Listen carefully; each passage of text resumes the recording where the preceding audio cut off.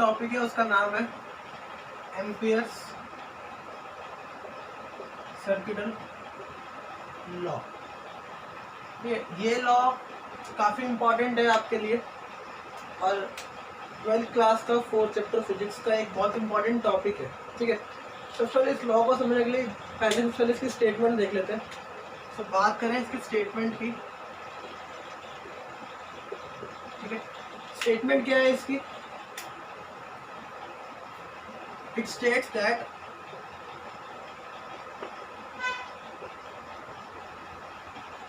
the line integral of magnetic field across, या आप इसको along बोल सकते हो, along any closed loop or circuit is U naught is permeability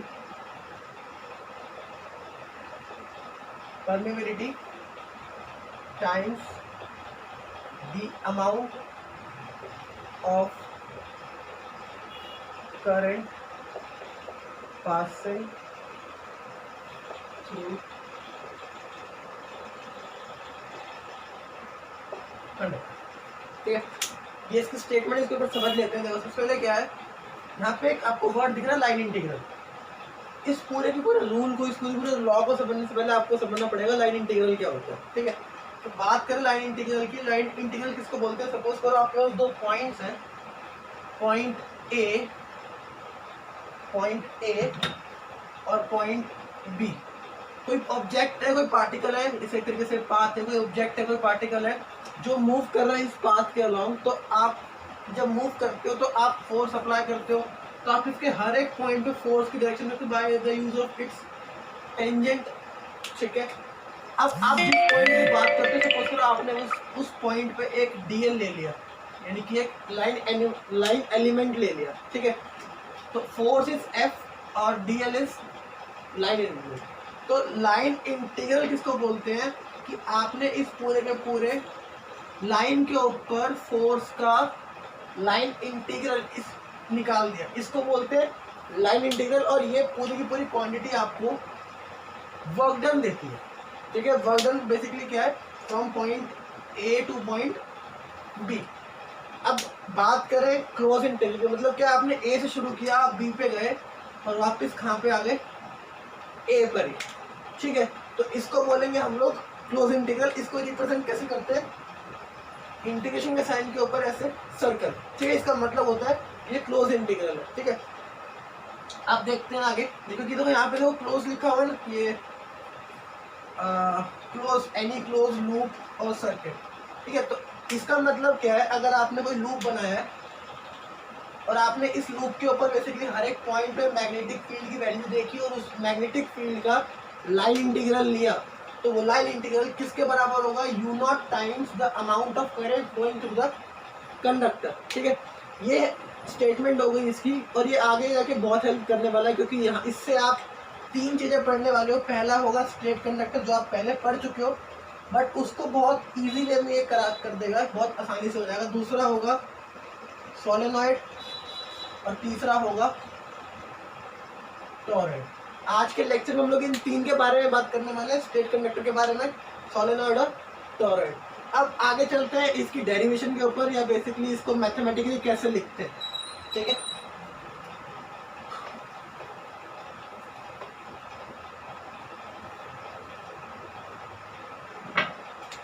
तो मैथमेटिकली कैसे लिखेंगे इसको लिखेंगे B dot D L close integral is mu naught times I. अब इसका मतलब क्या? देखो, मान लो आपके पास एक स्ट्रेट करंट कैरिंग कंडक्टर है। ठीक है, और आपने उसके चारों तरफ एक लूप बना लिया। इस लूप को आप बोलते हो एम्पेरियल लूप, गॉसियन लूप और क्लोज लूप भी बोल सकते हो। जनरल इसका नाम है एम्पेरियल लूप। ठीक है, अब हमने इसको इस एक पर्टिकुलर ऐसी शेप में बनाया है जो आपके लिए नोन है। अगर आप अननोन बनाओगे तो फिर आपको दिक्कत होगी कि उसका एरिया क्या होगा या उसका पेरीमीटर क्या होगा।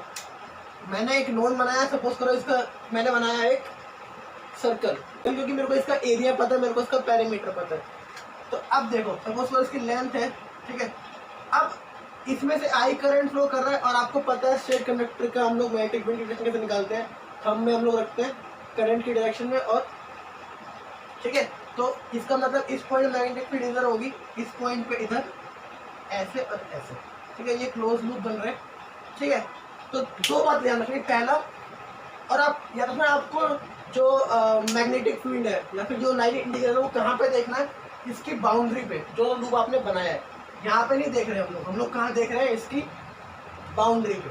तो क्या होगा, B dot D L is equal to naught times I. इसका मतलब अब इसके पॉइंट के ऊपर, पूरी की पूरी बाउंड्री के ऊपर अगर आप उसका लाइन इंटीग्रल लेते हो किसका, मैग्नेटिक फील्ड का, तो वो यू नॉट टाइम्स आई के बराबर होगा। I is the amount of current flowing through this conductor, ठीक है। अब अगर इसकी रेडियस आर है तो क्या हो जाएगा, डीएल का इंटीग्रेशन क्या हो जाएगा, 2 पाई आर, इसको सपोज करो मैंने एल बोल दिया, तो B dot L equals to mu naught I, अगर आप इसका क्लोज इंटीग्रल करते हो तो, ठीक है। तो ये हो गया इसका मैथमेटिकल वे, ठीक है, ओके।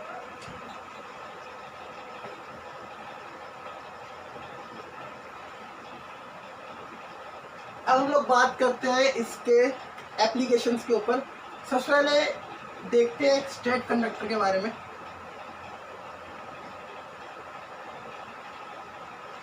ठीक है।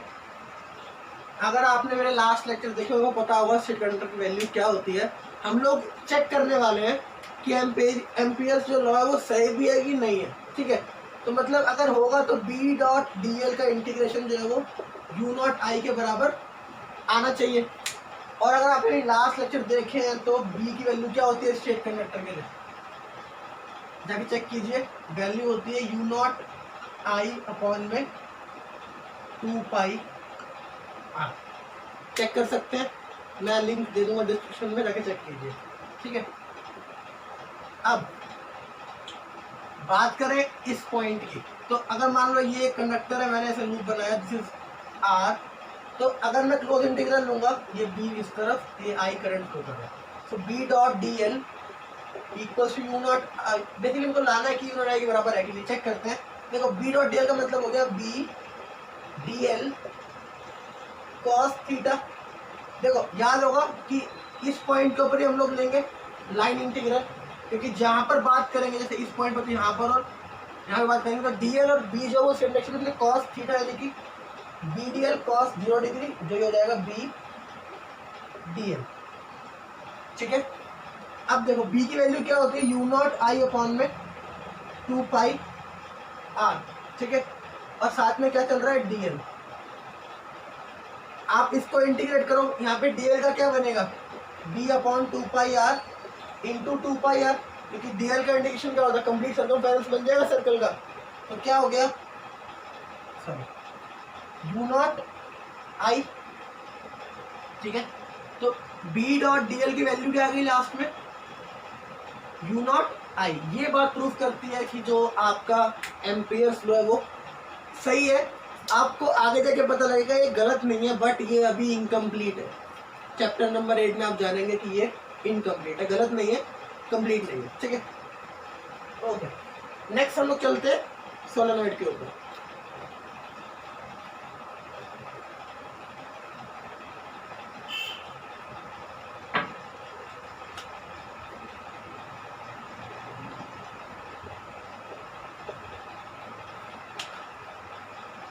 सबसे पहले ये जान लेते हैं कि सोलेनॉइड होती क्या है, ठीक है।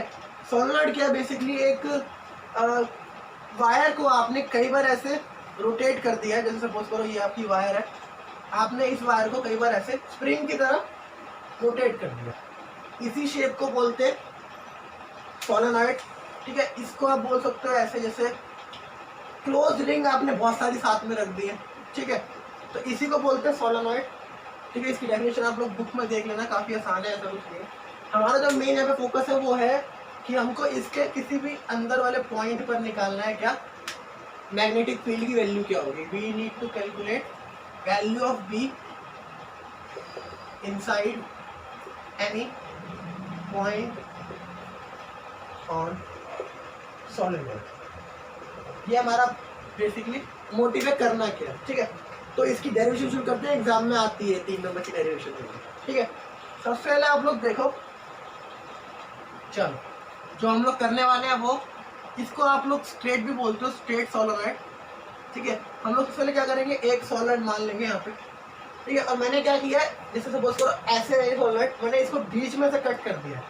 तो मतलब क्या होगा कि देखो, अब इसमें से करंट पास होगा, करंट ऐसे जाएगा।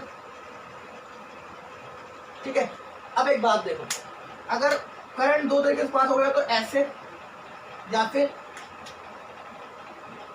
ऐसे, दोनों में से एक होगा। ठीक है, तो अब आपको एक बात देखनी है, आपको क्या करना है, आपको सोलेनॉइड को ग्रैब करना है अपने हाथ से इस तरीके से कि आपकी जो फिंगर्स है वो डायरेक्शन में आए करंट के। जैसे वो ऐसे फ्लो कर रहा है तो आपको ऐसे ग्रैब करना पड़ेगा, उसके हिसाब से आप देखोगे तो आपको ऐसे ग्रैब करना पड़ेगा। ठीक है, तो समझ रहे हो, जैसे अगर मान लो करंट आपका ऐसे फ्लो कर रहा है तो आपको अपनी आपको जो सोलेनॉइड है उसको ऐसे ग्रैब करना है कि आप जो करंट की डायरेक्शन में उसमें आपकी फिंगर्स आ सके। तो जिस तरफ आपका थंब खुलेगा वहां पर होगी नॉर्थ पोल, हमेशा ये फिक्स है। ठीक है, क्यों, क्योंकि देखो अगर मान लो मैंने ऐसे ग्रैब किया, सपोज करो करंट ऐसे फ्लो कर रहा है, ऐसे ग्रैब करूंगा तो ये डायरेक्शन क्या है, क्लॉकवाइज या एंटी क्लॉकवाइज? एंटी क्लॉकवाइज आपको पढ़ा जा चुका है लास्ट लेक्चर्स में कि जब आपका फेस जो है वो एंटी क्लॉकवाइज डायरेक्शन में करंट फ्लो करवाता है तो वो फेस काम करता है एज अ नॉर्थ पोल। तो जहां पर आपका ये बिना हाथ बिना थंब वाला जो ये साइड है, ये जहां पर होगा वहां पर होगा साउथ पोल, और जो दूसरी साइड होगी वो जहां पर थंब होगा वो होगा नॉर्थ पोल। ठीक है, तो हम लोग क्या, अच्छा आपको एक बात और बता रहे थे जरा, ये डायग्राम एग्जाम में आ जाता है भाई। सपोज करो करंट ऐसे फ्लो कर रहा है कि ये नॉर्थ पोल होगा, साउथ पोल होगा। अब आपको मैग्नेटिक फील्ड लाइन तो कैसे बनाओगे, तो नॉर्थ पोल से हमेशा निकलती है और साउथ पोल में एंटर करती है।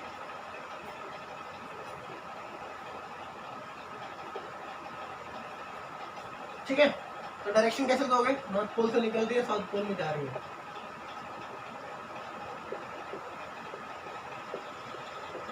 ठीक है, ये डायग्राम एग्जाम में आया था बनाने के लिए। जब भी सोलेनॉइड का टॉपिक है तो क्या करना है, सबसे पहले आपको इसकी डेफिनेशन लिखनी है, फिर आपको डायग्राम बनाना है, फिर अगला जो पार्ट होगा कि इसके अंदर किसी भी पॉइंट पर क्या निकालो, मैग्नेटिक फील्ड की वैल्यू निकालो, वो भी इंपॉर्टेंट टॉपिक है। अब उस पर चलते हैं, ये डायग्राम आना चाहिए। ठीक है, ओके, अब जा रहे हैं हम लोग डेरिवेशन करने, चलते हैं जरा शुरू करते हैं। देखो क्या कर रहा हूं मैं, यहाँ पे मैंने एक सोलेनॉइड लिए, उस सोलेनॉइड को मैंने बीच से काट दिया। ठीक है, करंट ऐसे फ्लो कर रहा था, देखो करंट ऐसे फ्लो कर रहा। ठीक है, एक काम करते हैं, इसको करंट हम लोग निकाल देते हैं, ऐसे जाएगा तो ठीक। चलो देखो मैंने मान लिया करंट ऐसे फ्लो कर रहा है, तो अब एक बात देखो, मैंने इसको बीच में से काट दिया तो ऊपर साइड देखो, जो देखोगे मतलब कुछ ऐसा दिखेगा कटने के बाद, यहाँ से जो है वो करंट बाहर आ रहा होगा और यहाँ से करंट अंदर जा रहा होगा। तो आउटवर्ड के लिए क्या करते हैं हम लोग, डॉट बनाते हैं। ठीक है, और इनवर्ड के लिए क्रॉस बनाते हैं। तो मैंने उसको समझाने के लिए इस सोलेनॉइड को मैंने डॉट डायग्राम से रिप्लेस कर दिया। ये बेसिकली करंट की डायरेक्शन है।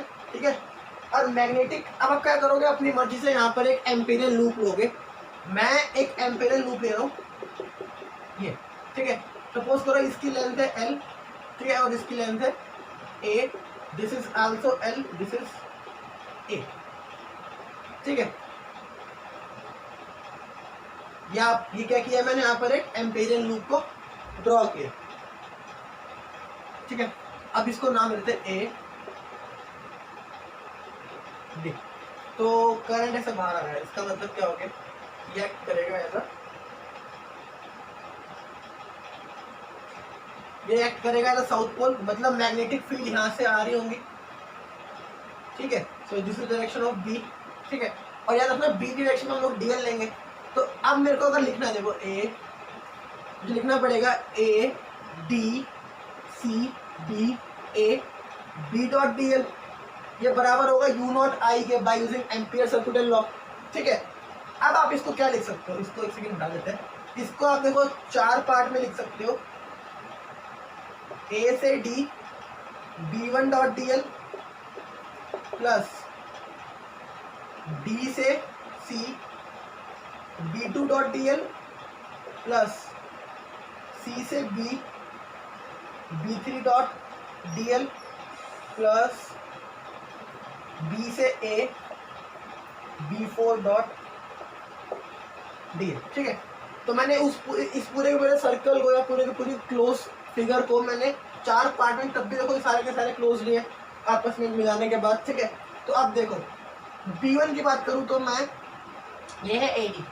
देखो आपका जो याद रखना, B आपका इस तरफ है फिक्स, ये आपकी B की डायरेक्शन है, और ये आपकी DL है इस केस में।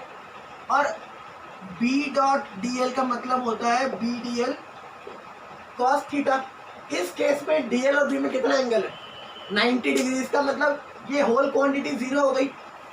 ठीक है, तो क्या मतलब हो गया कि इसकी वजह से 0, इसकी वजह से भी 0, सेम रीजन, क्योंकि DL आपका ऊपर की तरफ आएगा और B आपका इधर की तरफ है।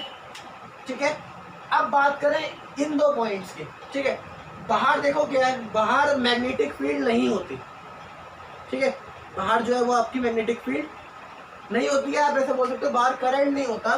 तो इसलिए ओवरऑल क्या हो गया, ये कौन, देखो यहाँ पर B1 A to D, तो ये क्वांटिटी और ये quantity due to 90 degree angle 0 हो गया, और ये ड्यू टू B2 नहीं B4 जो है ड्यू टू आउटसाइड पॉइंट या point present on the outside region, ये वाली क्वांटिटी क्या हो गई 0। तो फाइनल में क्या बच गया, लास्ट में हमारे पास बच गया B2.dl। देखो यहाँ पर एक बात देखो, B2 की और DL की डायरेक्शन सेम है।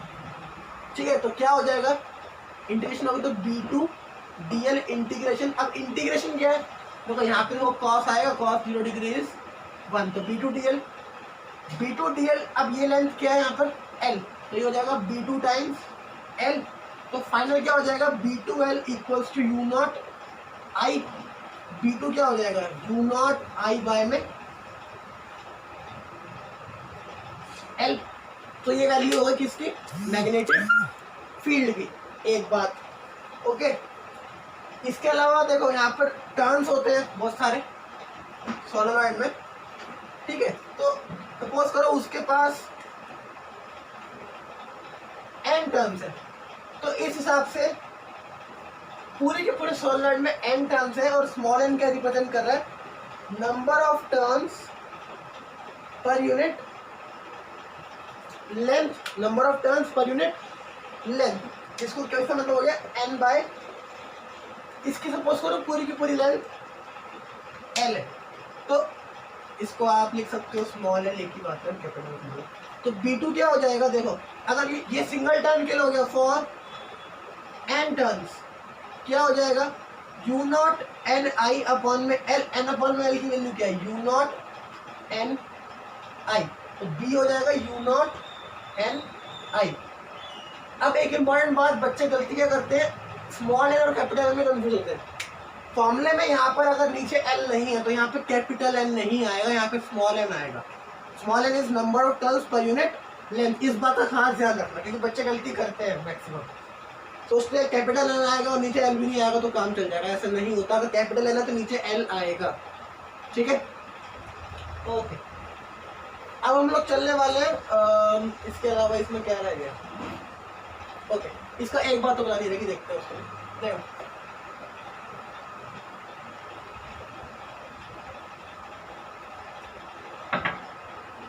अगर आप इसको ध्यान से देखो तो ये सोलेनॉइड है। ठीक है, बात करूं B की वैल्यू क्या आ रही है, U0 n I। ठीक है, तो इसका मतलब क्या है, n से प्रोपोर्शनलिटी है। तो जैसे देखो n बढ़ेगा, देखो मान लो ये n बढ़ रहा है, यहां से यहाँ n बढ़ेगा तो मैग्नेटिक फील्ड भी बढ़ेगी, एक पॉइंट तक आएगी, बढ़ेगी, उसके बाद क्या होगा, वो फिर घटेगी। क्योंकि देखो जितने हिसाब से मैग्नेटिक, जितने हिसाब से यहाँ पे नंबर ऑफ टर्न्स कम हो रहे होंगे, उतने हिसाब से आगे जाके नंबर ऑफ टर्न्स बढ़ेंगे। इसका मतलब मैक्सिमम वैल्यू कहाँ पे होगी, सेंटर पे, क्योंकि सेंटर के हिसाब से मैक्सिमम नंबर ऑफ टर्न्स होंगे, उसका नंबर ऑफ टर्न्स घटने शुरू हो जाएंगे। ठीक है, तो इस बात को ध्यान देखो। तो याद रखना बी सेंटर की वैल्यू होती है mu naught N I, B end की वैल्यू होती है mu naught N I by में, तो because the number of turns there will be N by 2। ठीक है, तो इसको एग्जाम में आता है कि इसको पिक्टोरियल में डायग्राम रिप्रेजेंट करो। तो कैसे करेंगे, देखो मान लो ये आपकी लेंथ है बेसिकली, या इसको x बोल दो। मान लो ये जैसे ये सॉलिनॉइड, तो इसका पॉजिटिव एंड है और ये इसका नेगेटिव एंड है, तो पूरी लेंथ हो गई इसकी 2 है। सेंटर वैल्यू तो mu naught N I, end पे वैल्यू होती है mu naught N I by में 2। तो कैसे करोगे देखो,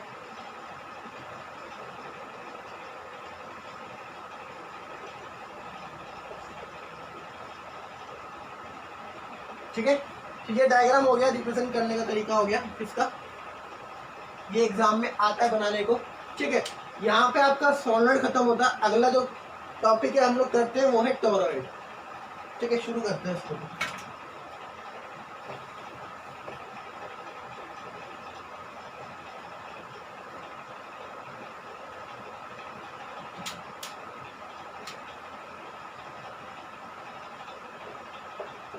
ठीक है, बात करें टोरॉइड की, या फिर इसको बोलते हैं टोरॉइडल सोलेनॉइड भी बोलते हैं इसको। ये होता क्या है, देखो मान लो जो जैसे स्प्रिंग है, सोलेनॉइड तो समझ में आएगा कि स्प्रिंग है, उसके दोनों एंड्स को आपस में ज्वाइन कर दो, मतलब कुछ ऐसा बनेगा। देखो ये दो सर्कल्स हो गए और इसके बीच में क्या है,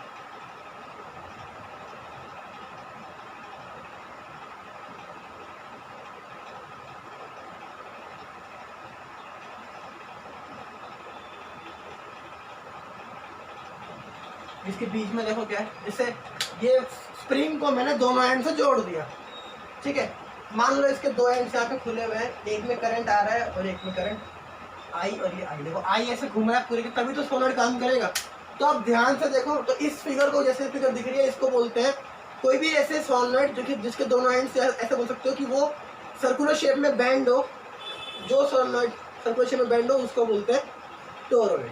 ठीक है, अब ध्यान से देखो, तो आपको इसमें आपको 3 रीजन दिखेंगे। पहला रीजन होगा इसके अंदर ये रीजन, दूसरा रीजन होगा इसके अंदर ये रीजन जहां पर एक्चुअल टोरॉइड या सर्कुलर सोलनॉइड प्रेजेंट है। इसके अलावा रीजन होगा आउटसाइड। तो हम लोग क्या करने वाले हैं, हम लोग यहाँ पे 3 मेजरमेंट्स बेसिकली हम लोग एज्यूम करेंगे। मान लो इसकी, अच्छा हम लोग क्या करने वाले हैं यहाँ पे, देखो हम लोग 3 वो बनाएंगे एम्पेरियन लूप। सबसे पहले बनाएंगे,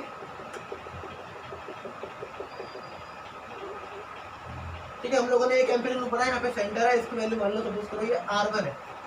ठीक है, एक लूप हम लोगों ने इसके बीच में बनाया, सपोज करो इसकी वैल्यू R2 है, और एक हमने कहीं पर भी पॉइंट ले लिया आउटसाइड में, तो उसकी वैल्यू सपोज करो R3 है। ठीक है, और आपको 2 मेजरमेंट और लेने हैं। एक होगा जो आप इसके एंड, इसके इनर एंड से करोगे, इसको आप स्मॉल r बोल दो, और एक जो इसके आउटर एंड से करोगे उसको आप कैपिटल। तो ये कुल मिला के 5 मेजरमेंट लेंगे आपको। देखो 3 एंड बन रहे हैं, 3 पॉइंट्स बन रहे हैं, 3 रीजन बन रहे हैं। पहला हो गया इंटीरियर, आउटर, या इसको बोल सकते हैं इंटीरियर ओपन स्पेस। ठीक है, ये रीजन, ओके, यही समझ लो। R1 की बात कर रहा हूँ मैं, R1 जो है वो 0 से बड़ा है और स्मॉल r से छोटा है, इस रीजन की बात कर रहा हूँ मैं। ठीक है, तो देखो इसके अंदर, जैसे मान लो आप एक चूड़ी हाथ में ले रखे हो, ऐसे उंगली डालते हो, तो उसमें क्या होता है, आपको कभी करंट नहीं लगेगा, क्योंकि करंट के लिए टच जरूरी है, टच करना पड़ता है। तो फॉर्मूला क्या है, B.dl equal to mu naught I. ठीक है, B.dl का मतलब हो गया BDL। इसका जब इंटीग्रेशन करोगे तो क्या बनेगा, इंटू 2 पाई R1, देखो दोनों का एंगल जो डिग्री इसके बनेंगे वो अपने आप हटा दिया, इक्वल टू यू नॉट आई। अब आपको बताया गया कि अंदर तो करंट होता ही नहीं, तो B कितना हो गया, 0। इसका मतलब क्या हो गया, इस फील्ड में, इस रीजन में मैग्नेटिक फील्ड नहीं होगा। ठीक है, अब बात करते हैं इसके सेकंड रीजन की, यानी कि इंटीरियर ऑफ टॉरॉइड, ठीक है, बिल्कुल जहां पर ये है वहां पर, ठीक है। तो उसकी वैल्यू क्या होगी, B dot D L, okay, dot D L equal to mu naught I, B क्या हो जाएगा, दोनों का एंगल फिर से 0 डिग्री है, इसलिए उसको समझाऊंगा नहीं, मैं नेक्स्ट आगे से नहीं समझाऊंगा। यू नॉट आई अपॉन में देखो डी एल का इंटीग्रेशन करो तो एल आएगा, और एल की वैल्यू क्या हो जाएगी 2 पाई R2। और एक इम्पॉर्टेंट बात, R2 की रेंज आपको पता होनी चाहिए, R2 जो है वो छोटा है कैपिटल आर से और स्मॉल आर से बड़ा है, ठीक है। ये वैल्यू होगी किसकी, magnetic field at the interior of torrid. इसके बाद क्या है, तीसरा रीजन देख लेते हैं। देखो तीसरा रीजन की बात करेंगे, यानी कि एक्सटीरियर ओपन स्पेस। अब बात करेंगे एक्सटीरियर ओपन स्पेस की, देखो जब यहाँ पर कुछ नहीं है तो बाहर पे भी करंट नहीं होगा, तो B dot D L equal to mu naught I. तो फिर b की वैल्यू क्या हो जाएगी, बिकॉज आपका i 0 है, इसका मतलब b dot D L is 0, इसका मतलब b equal to, because D L can't be 0। एक इम्पॉर्टेंट बात है यहाँ पे कि अगर आप ध्यान से देखो, इससे बाहर जाओगे तो जितना करंट बाहर निकल रहा है उतना करंट अंदर आ रहा है, टोटल करंट कितना हो गया 0, इसलिए यू नॉट आई की जगह जो आई है वो, इसमें जो आई है वो 0 हो गया। तो ये आपके 3 रीजन हो गए। एग्जाम में देखो या तो सोलेनोइड आएगा या तो टॉरॉइड आएगा, दोनों नहीं आते, या तो प्रॉपर आपका टॉरॉइड ये निकालने के लिए आएगा या फिर प्रॉपर आपका सोलेनोइड आएगा, ठीक है। यहाँ पर आप एक काम और कर सकते थे, मान लो इसमें एन टर्न है, ये सिंगल टर्न की बात हो रही थी, तो बी कितना हो जाएगा you naught N I upon में 2 पाई R2, ठीक है। ये वैल्यू हो गई सर्कुलर सोलेनोइड की या फिर टॉरॉइड की, ठीक है। आज की क्लास का जो लास्ट टॉपिक है वो हम लोग पढ़ने वाले हैं मैग्नेटिक फोर्स के बारे में, ठीक है। चलो उस पर चलते हैं।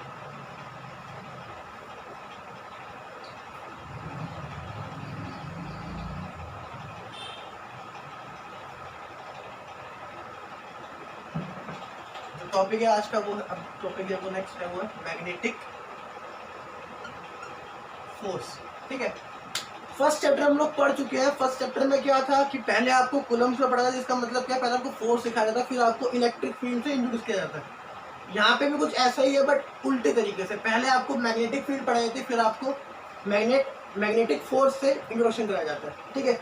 तो हम लोग क्या करने वाले हैं, मैग्नेटिक फोर्स जो है वो कुछ चीज़ों से प्रोपोर्शनैलिटी रखता है। सबसे पहले किस चीज़ से रखता है, देखो सबसे रखता है अमाउंट ऑफ चार्ज। एक इम्पॉर्टेंट बात, जब तक एक चार्ज मैग्नेटिक फील्ड में मूव नहीं करेगा तब तक उसे फोर्स नहीं लगता। मतलब कि भी अगर आपको कोई पर्पस है कि आपको किसी चार्ज पार्टिकल को मैग्नेटिक फोर्स या फिर मैग्नेटिक फील्ड में फोर्स को इन्फ्लुएंस करवाना है, एक्सपीरियंस करवाना है, तो सबसे इम्पोर्टेंट क्या है, मूवमेंट होनी चाहिए। तो मूवमेंट नहीं होगी तो आपका फोर्स नहीं लगेगा, ठीक है।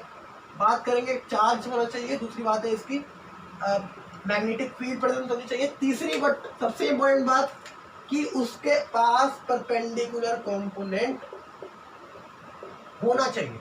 किसका, वेलोसिटी का, सबसे इम्पोर्टेंट बात है, ठीक है। इसका मतलब क्या, देखो सपोज करो यहाँ पे मैग्नेटिक फील्ड जा रही है और सेम तरीके से आपने सेम डायरेक्शन में वेलोसिटी भी है, पार्टिकल मूव कर रहा है, तो उस केस में कोई फोर्स नहीं लगेगा, क्योंकि होना क्या चाहिए, there must be some perpendicular component. जब तक ये कोई पर्टिकुलर 0 एंगल के अलावा किसी और एंगल पे नहीं होगा तब तक इसके पास परपेंडिकुलर कंपोनेंट नहीं आएगा। देखो अगर मान लो यही दोनों के दोनों एक्स में, तो वाई कंपोनेंट का होने का मतलब भी नहीं बनता, तो इसलिए कुछ ना किसी एंगल पर चाहिए, या तो पर्टिकुलरली परपेंडिकुलर तो बेस्ट है, बट एट पर्टिकुलर एंगल होना चाहिए, ठीक है।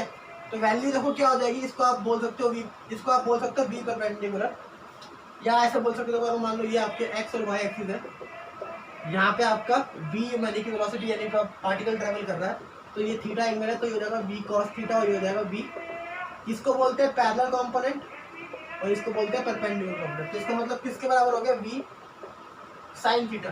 तो तीनों को आप एक साथ कंबाइन कर दो तो क्या बन जाएगा, q b v sin theta, ठीक है। तो f हो जाएगा k q v b sine theta, आप इसको क्या लिख सकते हो, आप इसको लिख सकते हो एफ इक्वल्स टू क्यू, देखो के जनरली 1 होता है, Q B cross B, because आप इसको as a form of cross product लिख सकते हो, तो बी क्रॉस बी, तो ये वैल्यू होगी जिसकी मैग्नेटिक फोर्स की, ठीक है। अब इसके तरह कुछ केसेस देख लेते हैं। सबसे पहले आप बात करेंगे हम लोग,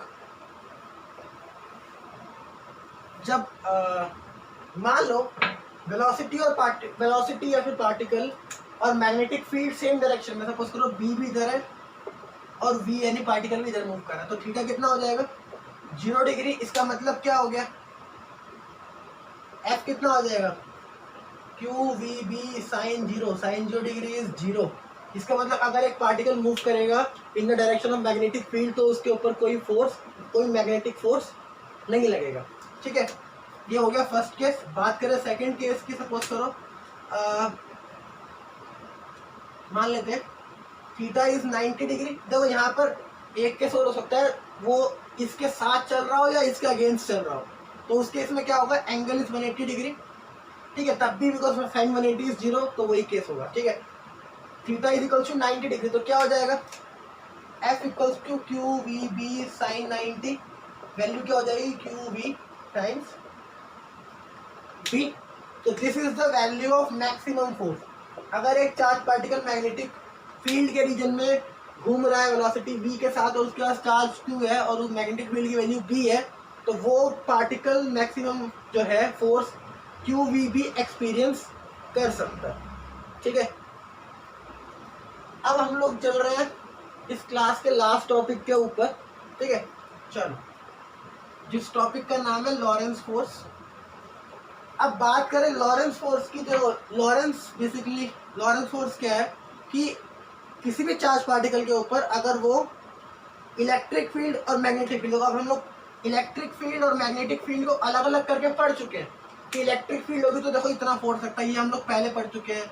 मैग्नेटिक फील्ड होगी तो हम लोग इतना पढ़ चुके हैं, अभी पढ़ा है जस्ट हम लोगों ने, ठीक है। बट अब क्या करना है, इन दोनों को कंबाइन करना है, ठीक है। तो कंबाइन करने का क्या मतलब है, एक ऐसा रीजन बनाना है, सपोज करो ये आपके दो प्लेट्स हैं, पॉजिटिव पॉजिटिव नेगेटिव नेगेटिव, और एक रीजन है जहां पर पार्टिकल मूव करेगा और ये जो रीजन है यहाँ पर मैग्नेटिक फील्ड है वो इनवर्ड है और इलेक्ट्रिक फील्ड है वो ऐसे जाएगी, because from positive to negative move करती है। ये हम लोग पढ़ चुके हैं, देख चुके हैं, ठीक है, फर्स्ट एंड सेकंड चैप्टर बहुत अच्छे से। This is E and this is B, तो ऐसा रीजन भी हो सकता है जहां पर दोनों की दोनों। तो क्या होगा, ये एक्सपेरिमेंटल फैक्ट है, टोटल फोर्स जो लगता है वो लगता है Q times E plus Q times V cross B। Basically क्या है, force due to electric field plus force due to magnetic field.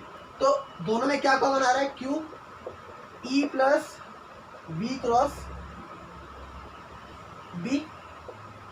तो F इसको आप बोल सकते हो FL, यानी कि लॉरेंस फोर्स बोलते हैं इसको। Lorentz is basically the experimental physicist, ठीक है। So FL equals to Q times E plus V cross B। उसने एक्सपेरिमेंट करके ये मेजर किया है और ये चेक किया, ऑब्जर्व किया है कि क्या ये वैल्यू बराबर आती है। हाँ, ये वैल्यू बराबर आती है। देखो होगा क्या, ये वाला जो फोर्स है मैग्नेटिक फोर्स, आपको मैंने बताया अभी कि मैग्नेटिक फोर्स तब एक्ट करेगा जब पार्टिकल मूव करेगा। अगर पार्टिकल मूव नहीं कर रहा है, इसका मतलब क्या, उसका वेलोसिटी क्या है उसकी 0। इसका मतलब ये पूरा का पूरा कंपोनेंट क्या हो जाएगा 0। लेकिन अगर वो मूव करेगा तो उसके पास Q ही तो रहेगा ही रहेगा, साथ में ये भी लगेगा, ठीक है। अगर नहीं मूव कर रहा है तो सिर्फ ये लगेगा, ठीक है। तो इलेक्ट्रिक फील्ड की वजह से जो चार्ज लगता है उसमें मूवमेंट का कोई असर नहीं होता। बट अगर आपको मैग्नेटिक फोर्स चाहिए, the force due to magnetic field चाहिए, तो क्या करना पड़ेगा, उस पार्टिकल को उस रीजन में मूव करना पड़ेगा, ठीक है। तो अगली क्लास में हम लोग देखने वाले हैं, अगली क्लास में हम लोग देखेंगे इसके न्यूमेरिकल्स। और आज की क्लास यहाँ पे खत्म होती है। उम्मीद करता हूँ आपको आज की क्लास पसंद आई होगा। आपको आज की क्लास पसंद आई तो प्लीज इसे लाइक कीजिए, शेयर कीजिए वीडियो को, और मेरे चैनल को सब्सक्राइब कीजिए और मुझे बताइए कमेंट सेक्शन में आपको ये वीडियो कैसी लगी। Thank you very much for watching.